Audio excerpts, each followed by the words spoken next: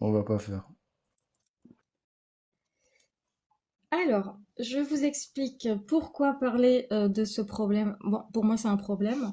Je vous laisse marquer s'il y a des personnes. Alors, s'il y a des personnes qui sont ex-musulmanes et qui veulent parler de ça, je vous ferai monter à la fin. Qui veulent parler de comment en fait vous voyez ces sourates-là quand vous étiez plus jeune, qui vont décrire l'enfer, le châtiment et tout ce qui va avec. Mais on en parlera à la fin. Euh,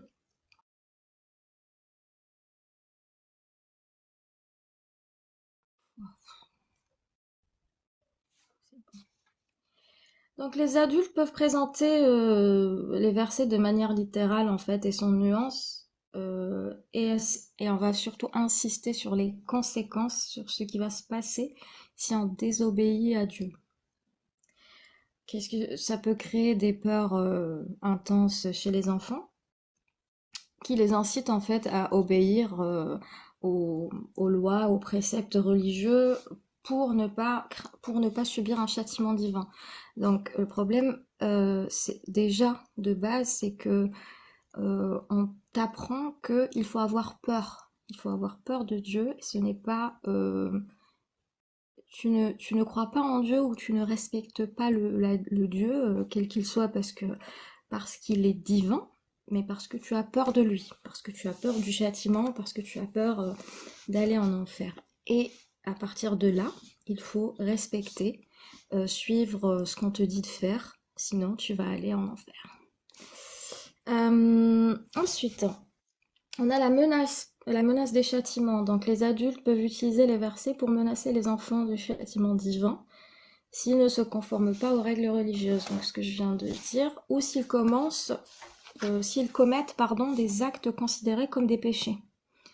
Par exemple, un parent ou un enseignant pourrait dire à un enfant qu'il ira en enfer s'il ne fait pas la prière, s'il ne se comporte pas de manière vertueuse, etc.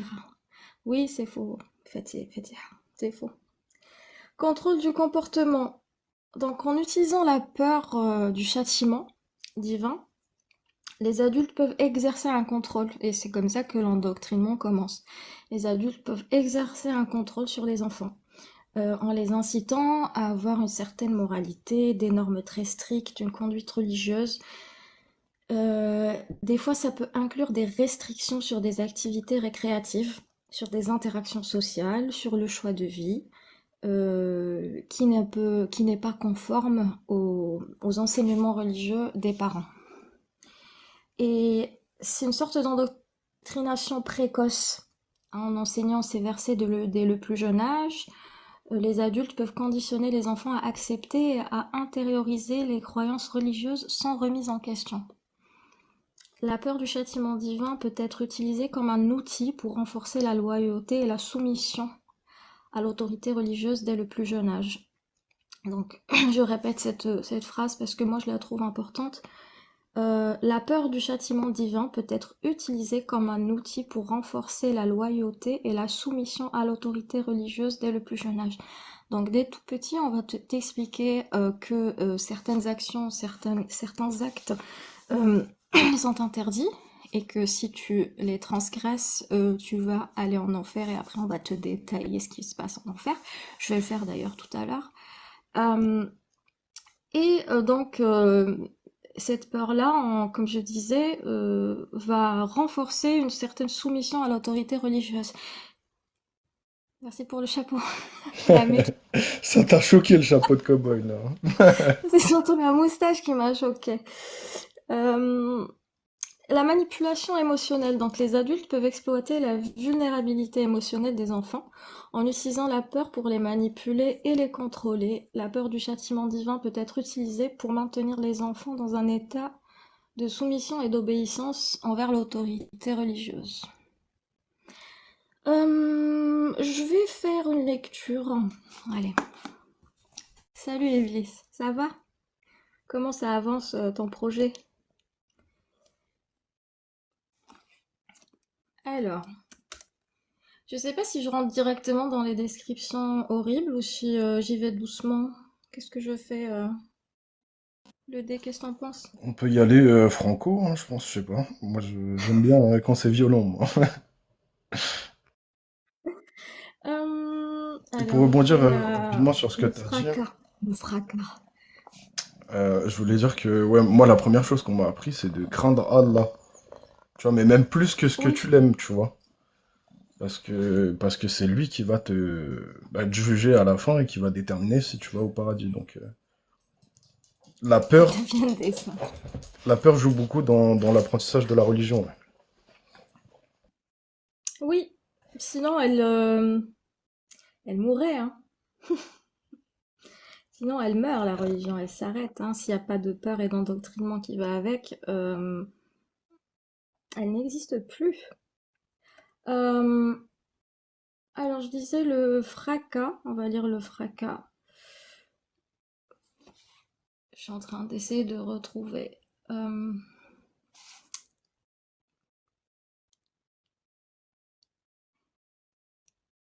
J'attends ton projet avec impatience, Iblis, comme un enfant.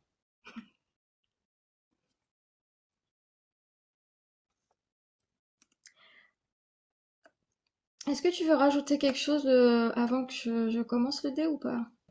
Bah non, je peux y aller. Après, moi, les sourates que tu vas... Enfin, je les ai lus, mais je les connais pas réellement. Donc, je vais apprendre un peu comme tout le monde, je pense. Et ça sera bien. Allez, on va voir ce que. En fait, c'est des histoires d'horreur un peu poussées pour les enfants, si tu veux. Enfin, pas pour les enfants, normalement. Ça fait peur aux enfants, mais ouais, ça les suit à l'âge adulte, quoi. Bon, déjà, maintenant, quand je la relis, ça me fait rire. Mais il faut se mettre dans la tête d'un enfant hein, pour toutes ces sourates. Alors, le fracas. Le fracas, c'est Al-Qari'a.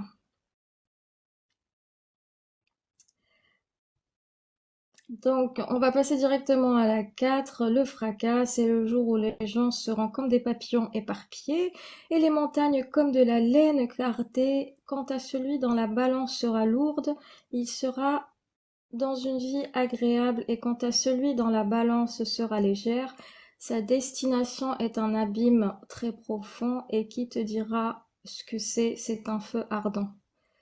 Donc, je vais commencer mollo, d'accord?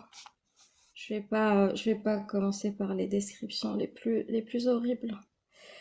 Euh, Quand on va lire le tafsir, en fait, le choc ou le fracas, ou selon d'autres traductions, celle qui fracasse. Donc c'est un des noms des jours de résurrection. Donc ce jour-là, les gens, dans leur venue et leur dispersion, donc ils viennent, ils s'en vont, ils sont dispersés, seront semblables à des phalènes éparpillées en tous sens. Comme Dieu en parle dans un autre verset, comme des sauterelles prenant leur vol. Ce jour-là, les montagnes seront telles de flocons de laine cardée.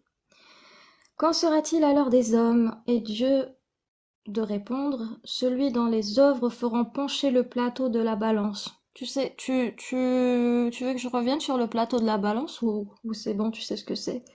C'est le fait, enfin, tes hasanat et tes mauvaises actions qui sont pesées dans la balance au jour du Oui, jugement, c'est ok. ça? Et celui Oui, qui a oui, fait oui. le mal, ne serait-ce que du poids d'un atome, le verra. Et celui qui a fait du bien, ne serait-ce que du poids d'un atome, le verra aussi. C'est ça. J'entends un Bien petit après chien la derrière. leçon, hein. Oui, il y a le petit chien, puis j'ai le chat à côté aussi. Là, c'est le zoo. Ah, donc celui dont les œuvres, voilà, pèseront peu, ne trouvera pour refuge qu'un gouffre dans un abîme de feu. Donc le texte arabe exprime cet abîme en mer, qui sera le refuge tel un enfant qui ne trouve pour lui un lieu bien protégé que le giron de sa mère. Donc Ibn Jarir rapporte, hop, lorsque le croyant meurt, son âme sera amenée vers les âmes des autres croyants. Et celles-ci diront, apaisez le cœur de votre frère car il vient de quitter l'angoisse du bas monde. Puis on lui demandera, qu'a fait un tel? Et lui de répondre, n'est-il pas venu chez vous? Non, répondront-ils, sûrement on l'a amené vers sa mère le gouffre de l'enfer. Sa mère le gouffre de l'enfer. Donc ce sera une véritable fournaise et un feu très ardent. Dans le même sens, Abu Huraira rapporte que le messager de Dieu, qu'Allah le bénisse et le salue, a dit: le feu qu'allume le fils d'Adam est une des 70 parties de l'enfer, du feu de l'enfer, pardon.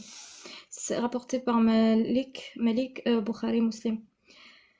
On a un autre hadith d'Abu Huraira. On a attisé le feu pendant 1000 ans pour devenir rouge, 1000 autres pour devenir blanche, et encore 1000 autres jusqu'à devenir noire comme une nuit très obscure. Donc dans les deux sahih, il est cité que le messager de Dieu a dit: l'enfer s'est plaint au Seigneur en disant: mes parties dévorent l'une l'autre. Il lui a permis de respirer 2 fois, une en hiver et une autre en été. Attends, c'est qui a C'est à dit l'un ça? de ces moments. Attends, excuse-moi, je J'ai pas finis tout juste compris. cette. Oui, c'est une image, enfin, j'espère, de l'enfer. Alors, je répète, il est cité dans.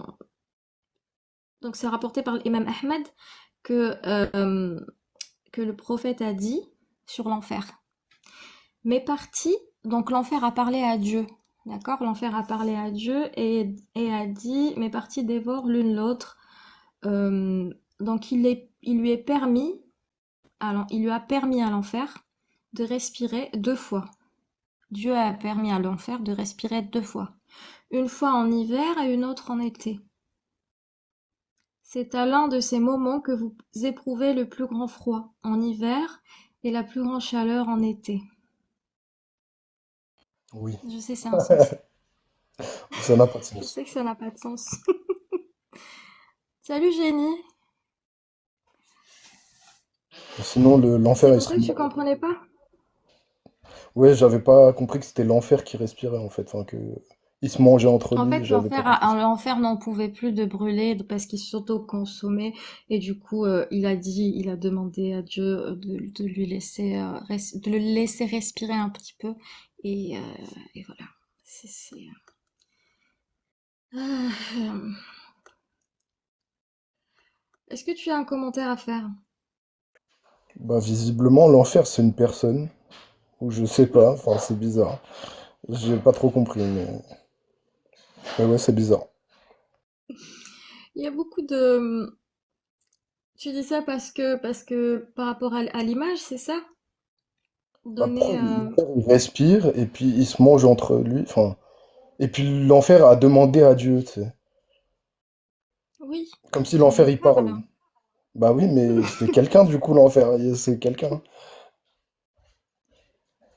C'est pas, c'est Oui, débile. parce qu'il parle à Dieu. Toutes les créatures parlent à Dieu. Donc l'enfer, c'est une créature. Faut croire. Bah apparemment. Oui. Attends. Je, on va dire que c'est des métaphores. On va le prendre comme ça. Parce que Oui. sinon ça va pas le faire. Oui, c'est compliqué tout ça. Après, moi, celle que j'aime bien, enfin que j'aime bien, que je trouve assez comme cocasse et débile en quelque sorte, parce qu'elle est très courte et c'est une sourate aussi qu'on apprend aux enfants quand ils sont petits, c'est sourate Al-Masad, donc les fibres. Tu connais l'histoire de la sourate, le dé, ou pas? Je la connais pas, celle-là non plus. Il y en avait certaines que j'ai appris par cœur, C'est mais Tabbat Yada Abi Lahabin, etc. celle-là, je la connais pas.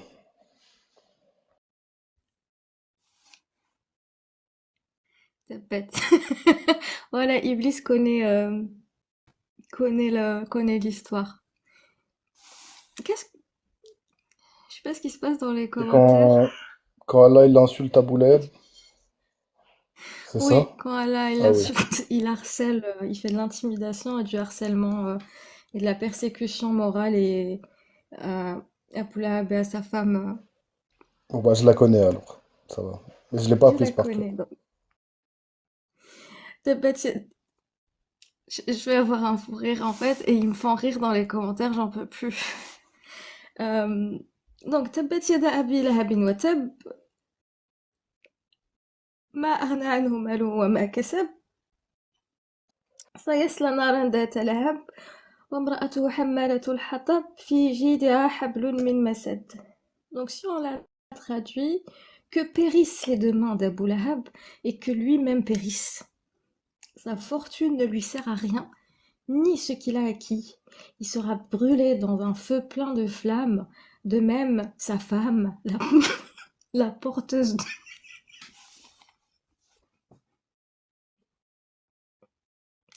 Ah, Pardon. on comprend.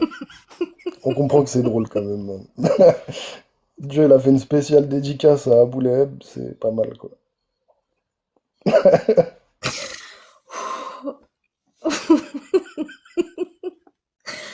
Alors, de même, sa femme, la porteuse de bois, a son cou une corde de fibres.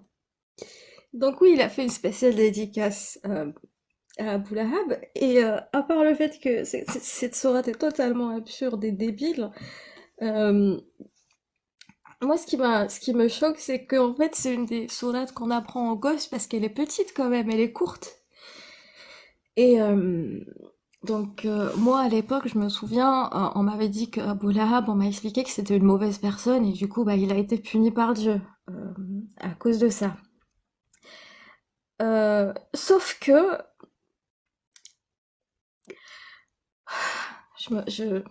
j'essaie je me concentre. Donc, sauf que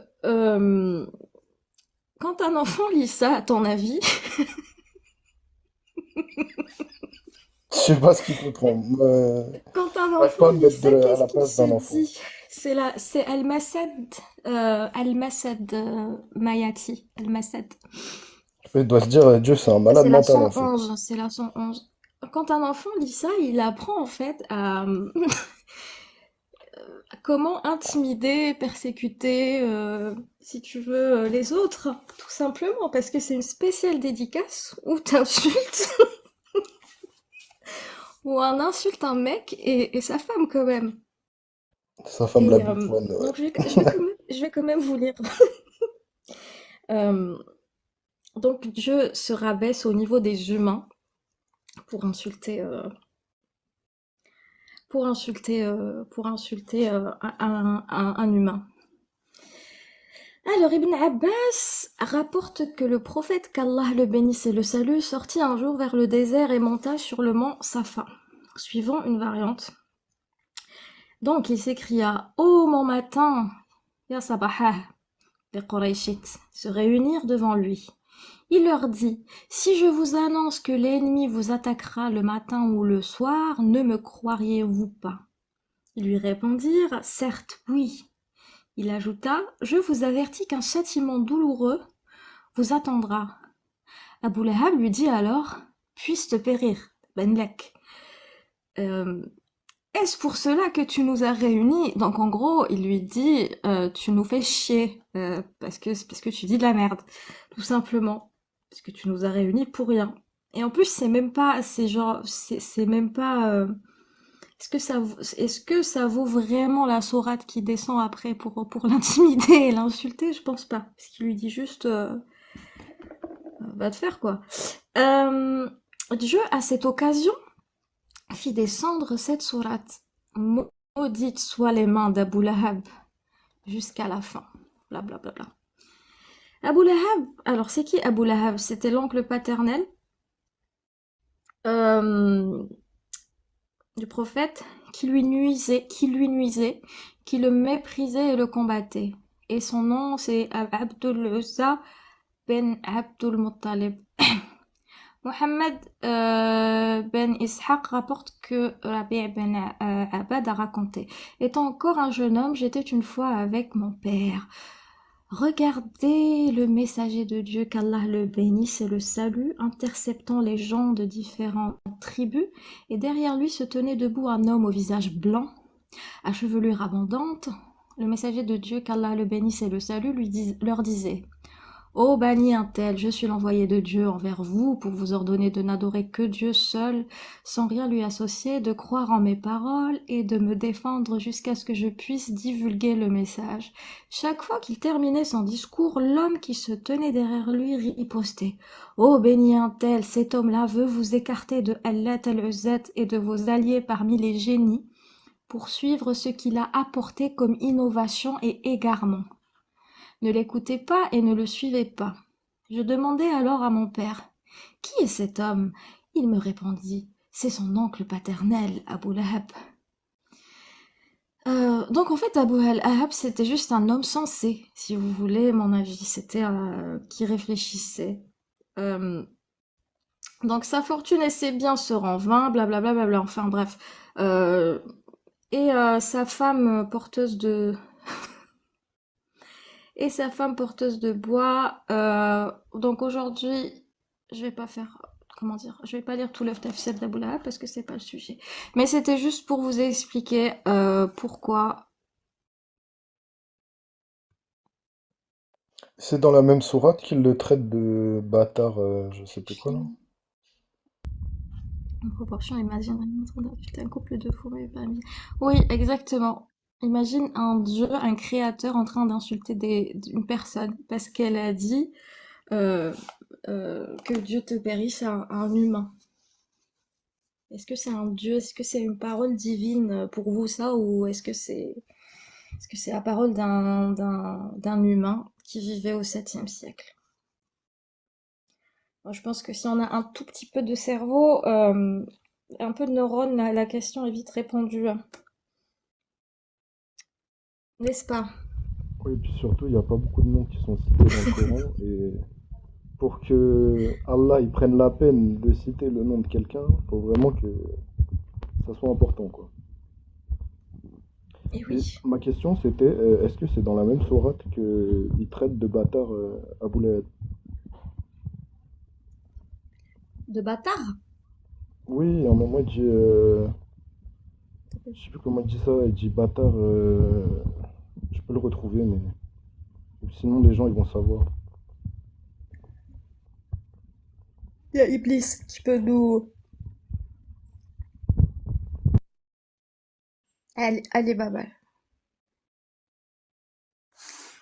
Bah non, c'est pas la Non, même. c'est pas la même. Euh... Non, c'est pas la même. Sinon, on peut aller voir un Naziat. Naziat, la 79. Euh... Un Naziat, ce sont des anges, en fait, qui arrachent les âmes. Par ceux qui arrachent violemment, et par ceux qui recueillent avec douceur, et par ceux qui voguent librement, puis s'élancent à toute vitesse, et règlent les affaires, le jour où la terre tremblera, immédiatement suivi du deuxième, tremblera au premier son du clairon. Immédiatement suivi du deuxième, ce jour-là il y aura des cœurs qui seront agités d'effroi, et leurs regards se baisseront. Ils disent, quoi? Serons-nous ramenés à notre vie première? Et quand nous serons ossements pourris? Ils disent, ce sera alors un retour ruineux, il n'y aura qu'une sommation, et voilà qu'ils seront sur la terre ressuscités. Le récit de Moïse était-il parvenu quand son Seigneur l'appela dans Toa, la vallée sanctifiée? Va vers Pharaon, vraiment il s'est rébellé. Puis dis-lui, voudrais-tu me purifier et que je te guide vers ton Seigneur afin que tu le craignes, blablabla. Bla, bla, bla. J'essaie de retrouver quelque chose de plus intéressant. Peut-être parce que c'est pas l'histoire de Moïse qui nous intéresse. Quand t'as 30 secondes, tu me dis. Hmm. Parce qu'il y a les filtres dans le chat. Si tu peux enlever les restrictions, parce que les messages ils se font censurer. Attends, j'ai pas compris. Je dois faire quoi? Faut que tu ailles dans les réglages, modération, et t'enlèves la modération du chat. La dernière fois tu l'avais fait, mais ça a dû se réactiver en fait. En fait, c'est quoi le souci avec le chat? J'ai pas bien compris. Bah par exemple, Amir il peut pas at Iblis. Ou tu vois, apostat c'est bloqué. Il y a plein de mots qui sont bloqués. Ok, donc je vais dans paramètres de commentaires. C'est ça, ouais. Et tu désactives tout. Autoriser les commentaires, filtrer les commentaires désactivés. Durée de la mise en sourdine. Je laisserai bloquer des mots-clés, j'ai pas de mots-clés bloqués. Ici, c'est la liberté d'expression. Afficher les commentaires envoyés le plus souvent. Moi, je l'ai fait, mais... C'est déjà débloqué? Attends, je vais essayer de passer la main sur tout. Ah, si c'est déjà le cas. Après, la mire, souvent, on n'arrive pas à l'identifier dans tous les cas. Je crois qu'il y a un souci avec le pseudo. Ouais, mais Iblis, C'est rien. normalement, on y arrive, et là, on n'y arrive plus. De quoi? Je sais pas si c'est TikTok. J'ai dit Iblis, normalement, on y arrive, mais là, on n'y arrive plus.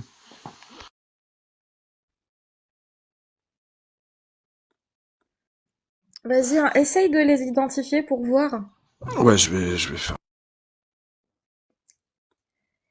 Et moi, en attendant, je vais sortir sur la tête d'Orkhan, la 44.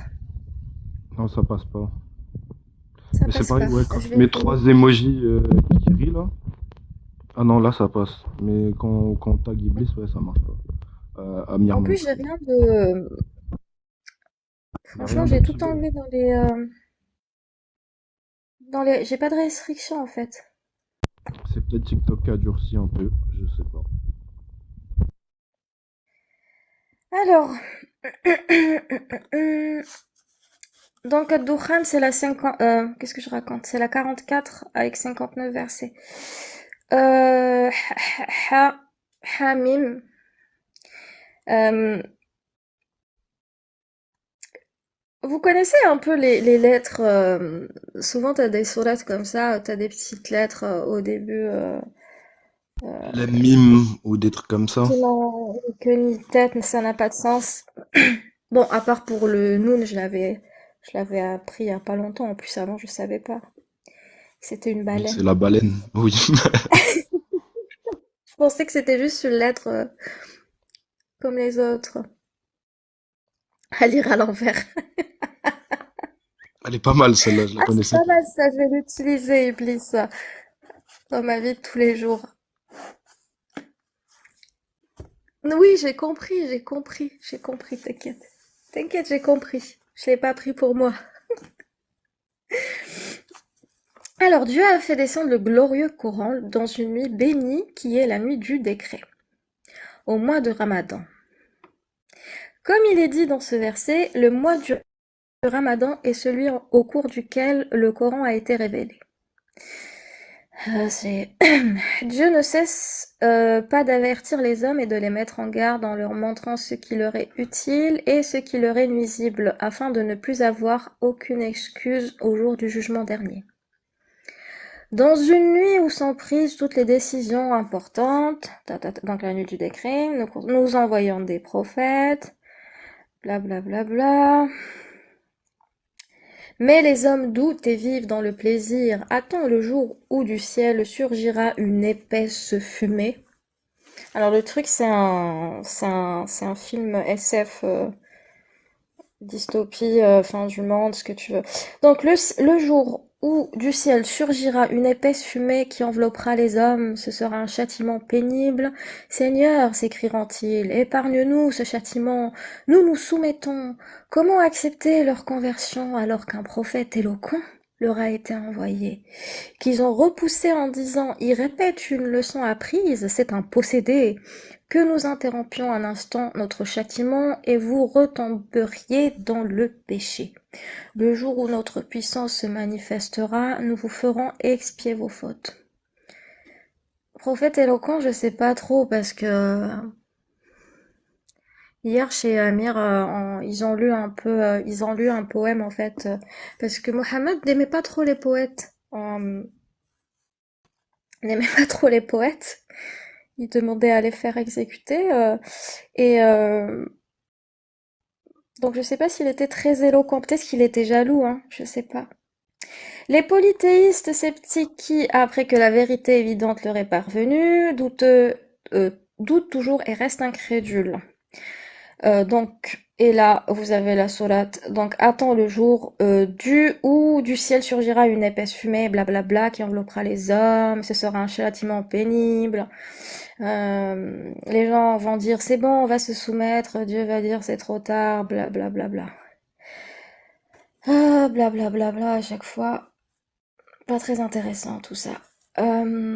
En tout cas, c'est pas ce qui nous intéresse. Là, c'était juste pour donner quelques sourates, en fait, et expliquer de quoi ça parle à chaque fois. Donc, j'ai parlé d'harcèlement, d'intimidation, apprendre aux enfants comment harceler et intimider les autres et les persécuter s'ils sont pas comme toi.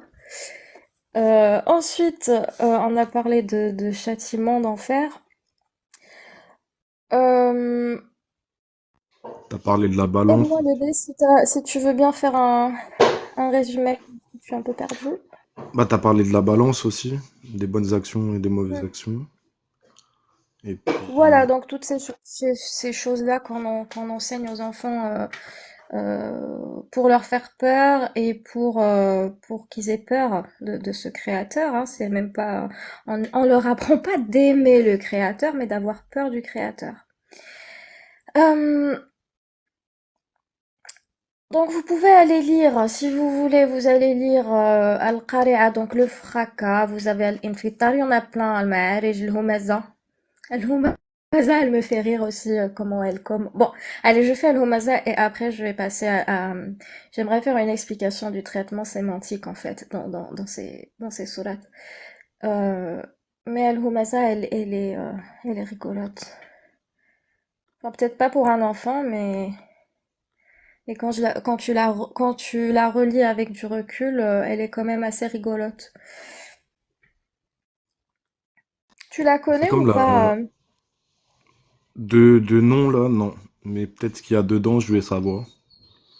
Oui, les Homazetine. Où est-ce qu'elle est? Oh, la 104, 104, 104. Calomniateur. Malheur à tout calomniateur diffamateur qui amasse une fortune et la compte. En fait, le début, moi, me faisait rire parce que ça rimait un peu en arabe, ça donne ويل لكل همزة لمزة.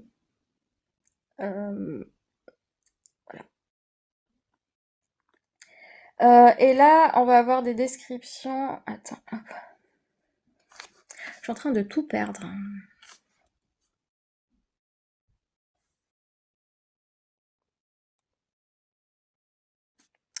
Attends, je vais juste regarder un truc.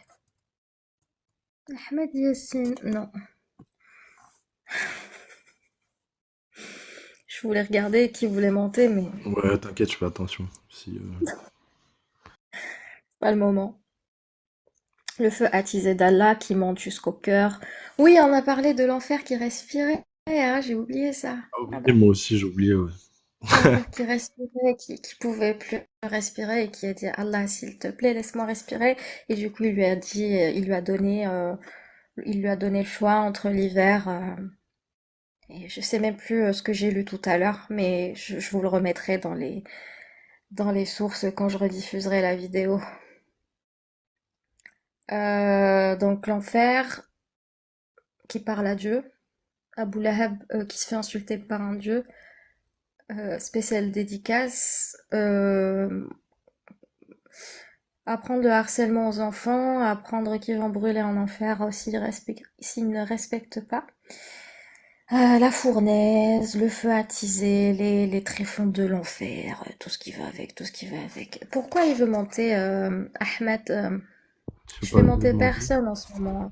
D'abord, je finis ce que j'ai à dire et puis peut-être après.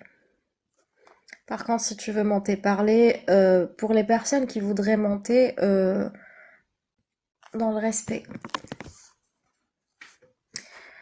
Alors, je vais revenir sur des choses que je connais parce que là, ça commence un peu à me, à me dégoûter. Donc, vous avez ce qu'on appelle le traitement sémantique en langue. Donc, en fait, c'est une branche de la cognitive qui va s'intéresser au fonctionnement du cerveau. Elle sert donc, elle s'intéresse au fonctionnement du langage et on s'est rendu compte qu'on peut observer via l'activité cérébrale le temps de réaction dans des mesures objectives. Je vais vous expliquer pourquoi je vous dis tout ça. Donc, il existe des liens sémantiques entre les champs sémantiques euh, des mots. Donc, il existe des liens sémantiques entre les concepts, à tel point que le cerveau préactive les concepts associés à un concept donné. Donc, je répète, il y a des liens sémantiques entre les concepts dans notre cerveau, à tel point que le cerveau va préactiver directement un concept euh, lié à un autre associé à un autre concept. Par La exemple, si sémantique, je te dis, c- si je te dis c'est le sens des frère, mots, la sémantique. si je te dis frère, c'est quoi qui vient dans ta tête? Famille, Voilà. Donc ça fait partie du champ lexical. Famille, ça peut être sœur, ça peut être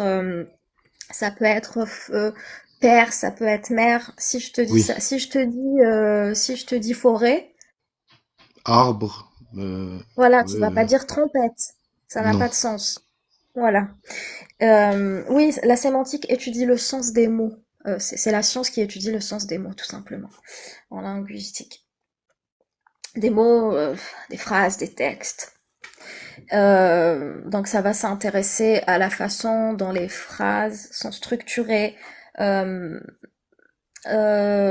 Ça va s'intéresser aux structures linguistiques qui représentent des concepts, des idées, des réalités dans l'esprit de la personne qui parle, des locuteurs. Parce que j'en avais fait en cours, mais c'était pour que tout le monde comprenne bien de quoi on parle, quoi. Merci. Oui, des fois, si je donne des mots comment dire, que j'estime qui vont sortir comme ça parce que j'estime qu'ils sont acquis, n'hésite pas à me reprendre pour reformuler et expliquer. Normalement, j'essaie de le faire, mais si j'oublie. Donc, donc tout mot, donc cette attraction, donc l'exercice qu'on vient de faire avec la forêt, le papa, famille, forêt, tu vas penser à arbre, etc. Cette attraction est déterminée par plusieurs facteurs. Donc la congruence du langage des concepts. Il est plus difficile de lister des mots qui n'ont aucun lien, comme la trompette et la forêt. Tu vas pas penser à une trompette, ça n'a pas de sens. Alors ça peut sembler évident, mais le fait de l'observer est intéressant. Parce que en l'observant, en faisant des études et en l'observant, on peut prendre ça et, et le rajouter, comment dire, prendre ça comme base pour faire d'autres études. Voilà. Donc on va prendre le cerveau d'un enfant qui entend ces descriptions-là. Son cerveau, en traitant ces informations, que ce soit sur Abu Lahab et sa femme porteuse de bois, ou sur la fournaise, ou sur les anges qui arrachent les âmes, il va former des liens dans sa tête entre différents concepts, l'enfant. Par exemple, si je dis feu et douleur, donc adab, jahannam, etc., l'image du feu va être associée à la chaleur et à la douleur, à la souffrance et à la torture. Donc c'est ça les liens en fait. Si je dis chaîne et confinement, par exemple, ces descriptions mentionnent l'utilisation des chaînes pour enchaîner les mécréants. L'enfant peut associer les chaînes à la restriction du mouvement, à la privation de liberté. Si je dis obscurité et peur, dans la tête de l'enfant, dans certains récits, il y a question d'obscurité et de peur. Donc l'enfant peut associer l'obscurité à l'inconnu et à la peur, en renforçant ainsi l'idée d'un lieu terrifiant. Pareil avec regret, remords, ça va ça va être lié à certains concepts en fait. Euh, donc des références de regret, remords éternels, etc., séparation, isolement, tout ça. tout ça. Repentir, pareil. Justice et jugement, les récits de l'enfer impliquent souvent une notion de justice divine et de jugement dernier. L'enfant peut associer ces concepts à l'idée que les actions sont évaluées et rétribuées, selon leur mérite. Obéissance et piété, les descriptions de l'enfer peuvent être utilisées pour souligner l'importance de l'obéissance aux commandements divins et de la piété. L'enfant peut associer ces idées à la nécessité de mener une vie morale et vertueuse. Etc., etc., etc. Donc l'impact de l'apprentissage des versets sur les tourments, l'enfer, les tourments d'Adam, comment on va brûler, comment on va souffrir en enfer, etc. Chez l'enfant élevé dans la foi islamique. Donc l'apprentissage des versets coraniques sur les tourments et l'enfer occupe une place significative dans l'éducation religieuse des enfants élevés dans la foi islamique. Donc ces enseignements visent normalement à inculquer une certaine moralité, etc. Et une crainte, surtout une crainte, pas un amour, mais une crainte du Dieu créateur. Le traitement, donc comme je disais tout à l'heure, le traitement sémantique, donc c'est la branche de la cognition qui étudie comment le cerveau traite, comprend le sens des mots, des phrases, des concepts, etc. Les liens entre tout ça. Il repose sur l'idée que les concepts sont interconnectés dans le cerveau et que l'activation d'un concept peut entraîner l'activation d'autres concepts associés.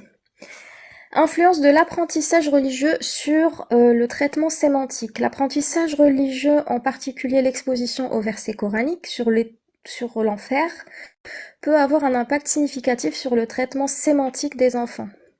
Cette exposition répétée à des concepts religieux peut entraîner une activation fréquente et précoce des représentations mentales associées dans le cerveau des enfants. Cela peut se manifester de différentes manières. Activation des réseaux sémantiques. Donc selon des études, je vais citer tout ça dans la rediff, comme j'ai dit, toutes les sources. L'exposition répétée à des stimuli particuliers peut renforcer les connexions neuronales associées à ces stimuli. Ainsi, lorsque les enfants sont exposés à des versets coraniques sur l'enfer, sur la torture, sur le châtiment, etc., sur la punition, donc les concepts de punition et de crainte divine sont activés dans le réseau sémantique. L'internalisation des normes religieuses. L'exposition précoce et répétée à des concepts religieux peut influencer la manière dont les enfants internalisent les normes et les valeurs de leur religion. Les enfants peuvent apprendre à associer la moralité et la conduite vertueuse à la crainte de Dieu et à l'évitement de l'enfer. Impact sur le développement cognitif et émotionnel, ça c'est important. L'activation fréquente des concepts liés à l'enfer peut avoir un impact significatif sur le développement cognitif et émotionnel des enfants. Les enfants peuvent développer une perception du monde qui met l'accent sur la moralité et la conformité religieuse en raison de leur exposition précoce aux concepts religieux. Ça peut influencer la manière dont ils traitent l'information et prennent des décisions. L'exposition précoce à des concepts religieux influençant le jugement moral des enfants. Impact sur le bien-être émotionnel. L'exposition répétée à des concepts de punition et de châtiment divin peut susciter des sentiments de peur, de culpabilité et d'anxiété chez les enfants, ce qui peut avoir des répercussions sur leur bien-être émotionnel. Les expériences émotionnelles des enfants musulmans en lien avec leur apprentissage religieux, les résultats que certains enfants éprouvaient de l'anxiété et de la peur liées à la crainte de la punition divine pour leurs péchés. Voilà, ces exemples mettent en évidence l'impact complexe de l'apprentissage religieux sur le traitement sémantique, le développement cognitif et émotionnel des enfants élevés dans la foi islamique. Est-ce qu'il y a une personne qui veut monter pour faire une petite pause et après j'ai deux, trois trucs à dire. Si juste tu peux rappeler Liam, les... 49 ans, pas de mari, pas d'enfant parce que personne ne veut d'elle. Waouh! Je suis tellement touchée dans mon ego, je vais pleurer. C'est la gentillesse musulmane, ça. Enfin, de l'islam. Vive l'islam, Vive vive l'islam. Allah. Et je voulais que tu rappelles, si c'est possible, les sourates que tu as lues. Il y avait le fracas, et Oui, après les alors, autres, je j'ai vais pas vous donner. enregistré.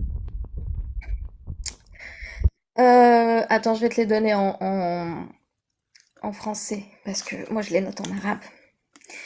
Euh, alors, le fracas, c'est Al-Qari'a. Al-Humaza, c'est la 104. Al-Humaza, en français, ça donne. Surat Al-Humaza, c'est les calomniateurs. Oui, le likuli humazatin, lumazatin. Même, tu comprends pas, si tu comprends pas, tu trouves pas que ça rime quand je dis wailun likulli humazatin lumazatin. Ça fait pas un peu Ça fait du mazatine, poème? mazatine, quoi. Mais c'est pas de la grande poésie, quoi. Non, pas comme les poètes qui se sont fait pragmatiser, malheureusement. C'est la jalousie, hein. Ensuite, on a la 56, Al-Waqi'a. Je sais pas si j'ai lu Al-Waqi'a. Je crois pas. Al-Waqi'a, Al-Waqi'a, en français, ça va être l'événement. Si, je l'ai lu, l'événement, en fait, le jour de résurrection, ce qui va se passer, etc. Donc ça, c'est Al-Waqi'a. La Où ça va souffler 79. dans la trompette, là.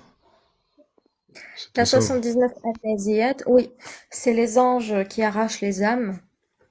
An-Naziyat. La Al-Masad, la 111, ma préférée, celle de Abu Lahab. Et Ad-Dukhan, Ad-Dukhan, qui décrit pareil le châtiment divin, euh, envoyé au peuple qui ont rejeté les avertissements des prophètes, etc. Elle met en scène, elle évoque pareil des tourments, des châtiments pour ceux qui ont transgressé. Les limites de Dieu. Alors, Ad-Dukhan, comment c'est la fumée, je sais pas comment c'est traduit exactement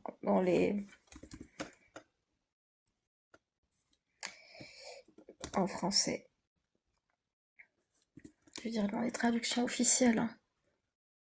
J'ai que mon téléphone, là. Sinon, je serais allé voir. Ad-Dukhan. Non, t'inquiète, j'ai à côté Ad-Dukhan, sourate en français. Non, il y a juste marqué Ad-Dukhan. La fumée, la fumée, la fumée. La fumée.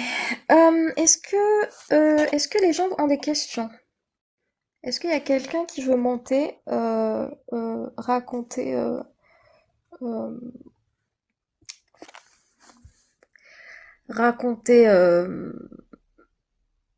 ce qu'il pensait en tant que gosse quand il écoutait les sourates qui parlent de l'enfer? Qu'est-ce que ça a pu réveiller en lui? Ou même, ouais, la peur que vous aviez de Dieu, quoi. Oui, ou nous expliquer comment vous pensiez à... C'était quoi Dieu dans votre tête? Comment vous le voyez? La peur que vous aviez pour lui, etc.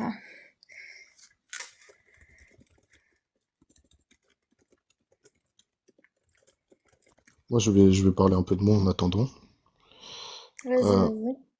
Bah, en gros, je commettais des péchés et il faut bah, se repentir à chaque fois. Sauf que le problème, c'est que à force de se repentir et de commettre les mêmes péchés, et bah, déjà, je me sentais très coupable parce que je me disais que bah, c'était de ma faute, etc. et que Allah, il aime pas ça. Et en plus de ça, quand tu recommets les mêmes péchés, aux yeux d'Allah, t'es un hypocrite. Et les hypocrites, ils vont en enfer. Donc, dans ma tête, moi, j'allais aller en enfer. Tu sais. J'avais mon billet, il était tout prêt, quoi. Je pense que, Fait enfin, que je t'as sais pas dit s'il y a beaucoup de gens qui réfléchissent comme ça, mais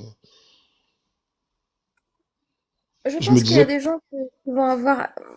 T'avais aussi la honte, en fait, de te dire que t'as péché et de te sentir directement dans le péché, en quelque sorte. Et après, la culpabilité qui va avec, tout ça, hein. Et, euh, et par la suite,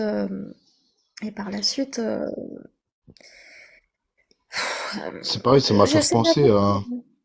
ça m'a fait C'est d'être... repenser à la pluie qui tombe, il y a du fer qui tombe ou je sais pas, on boit du pu, C'est ça, ces c'est ça. choses-là, là. C'est ça. Imaginez ce qui se passe dans la tête d'un enfant qui imagine des trucs pareils.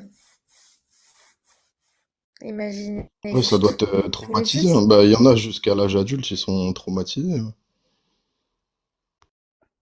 oui, il y en a qui arrivent à en sortir. Donc j'ai parlé de l'Qari'a, donc on a dit que ça décrit le jugement, le jour du jugement dernier. En l'enseignant aux enfants, on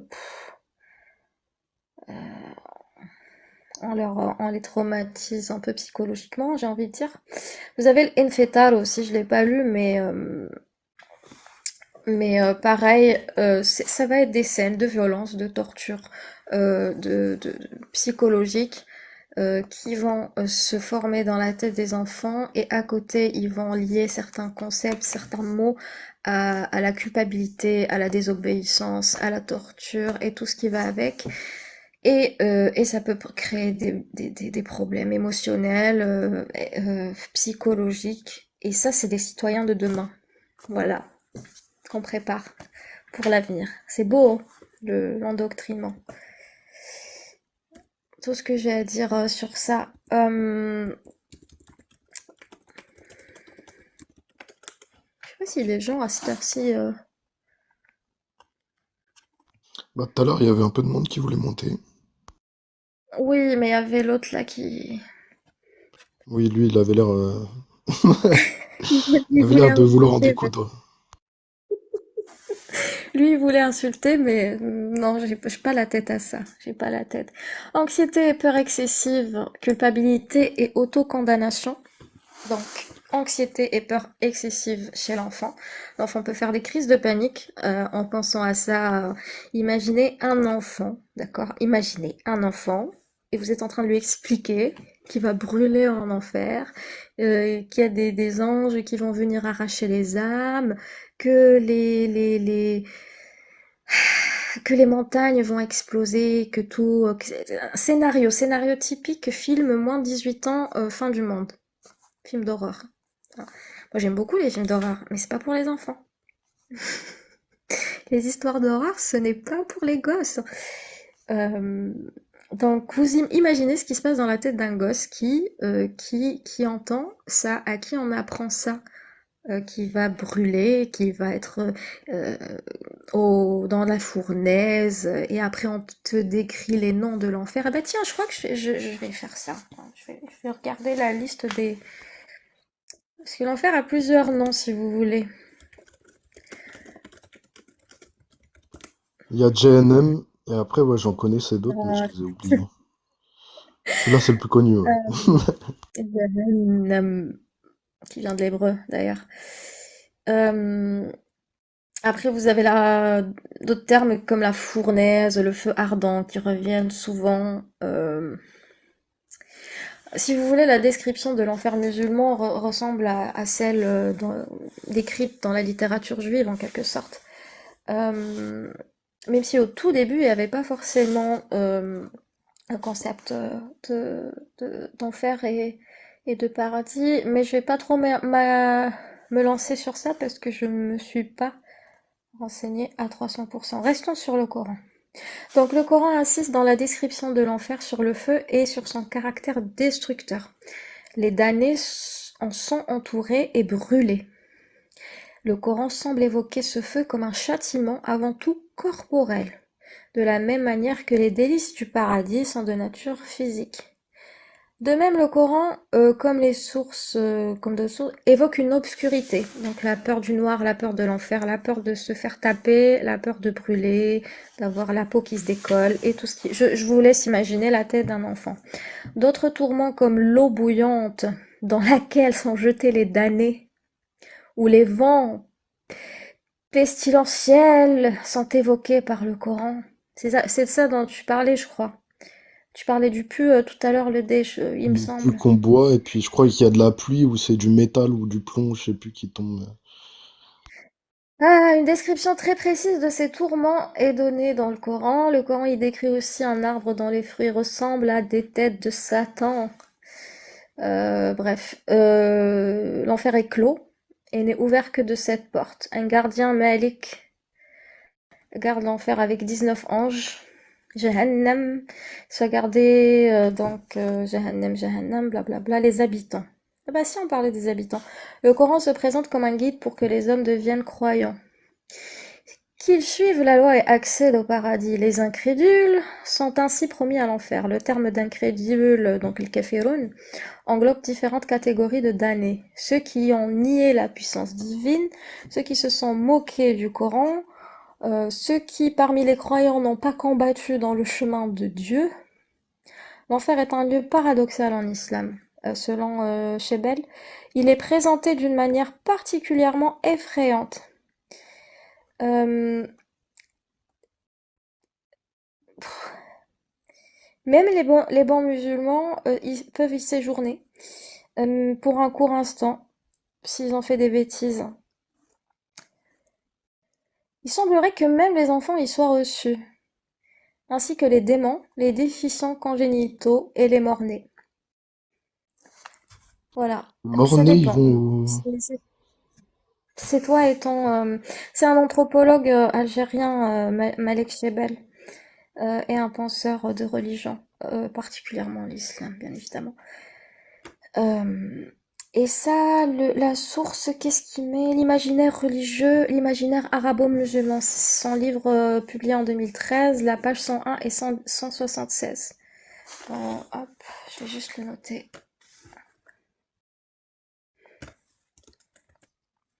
Sinon, je vais oublier. Oui, oui. Ouais, Oui, les tu as bien Mornay, ça m'a entendu, choqué. les Ouais. décisions congénitaux, les morts-nés, ça dépend, ça dépend. Tout le monde peut... C'est un lieu d'inclusion, si tu veux. C'est un lieu d'inclusion.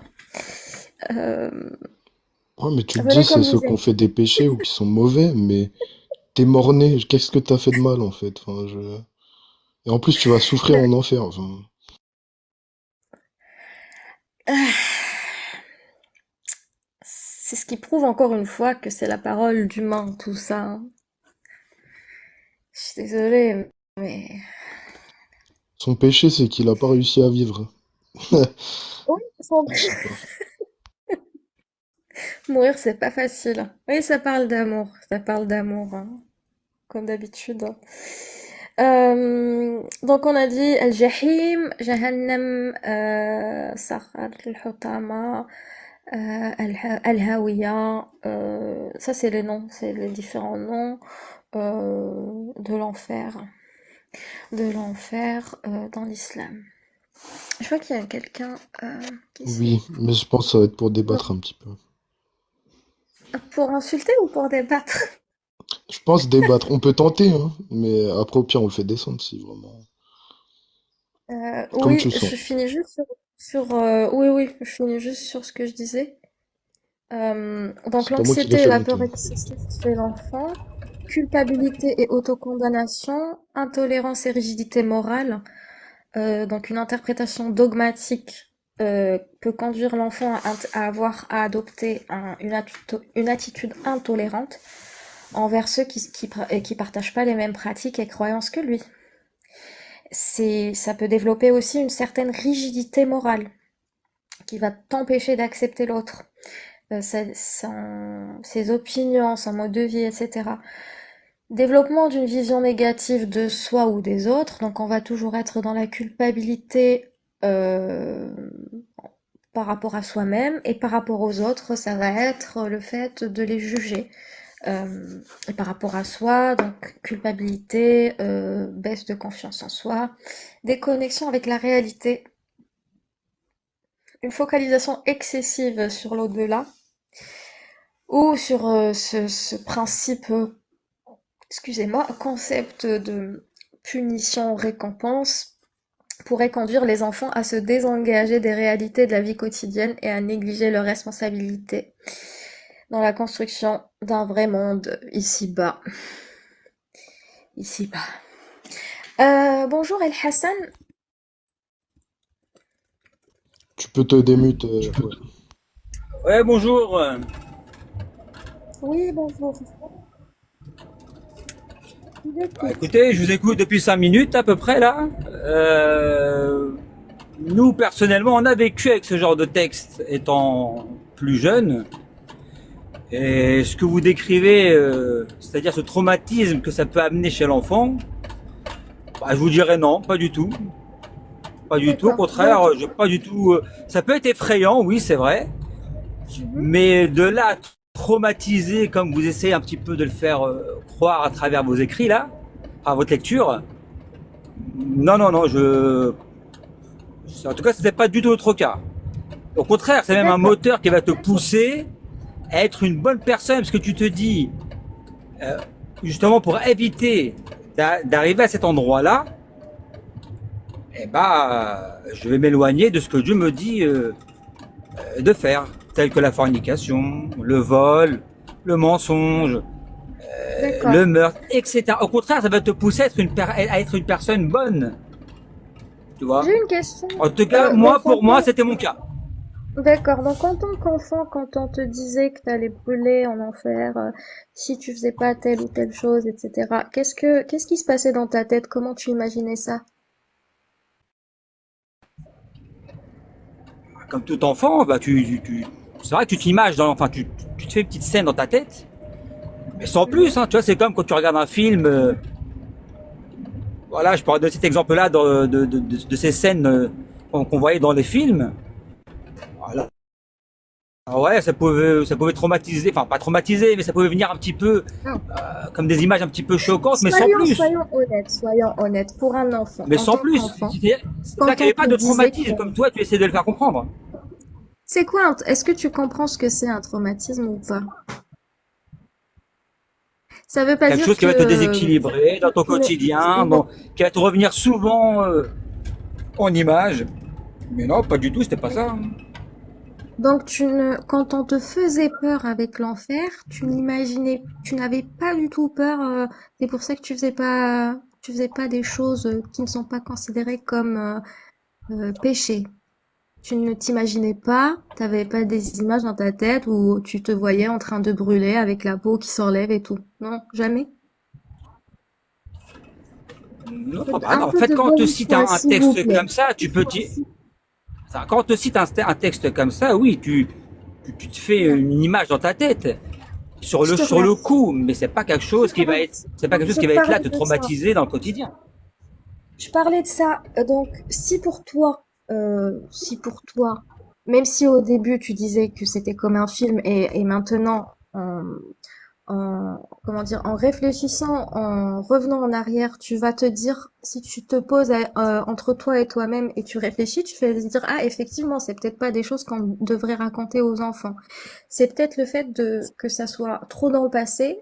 Tu vas avoir tendance à rendre la chose un peu plus, ça a un nom et je l'ai oublié. Si quelqu'un peut m'aider dans les commentaires, quand on dépasse un moment, quelque chose de mauvais, entre guillemets, euh, on a tendance à la banaliser un peu. Mais si tu te poses entre toi et toi-même, comme là, parce que tu as un petit peu réfléchi, vu que tu as un peu réfléchi avant de me répondre, t'as pas répondu directement, tu te rends compte que ce n'est pas des choses, ce ne sont quand même pas des choses qu'on va raconter à des enfants.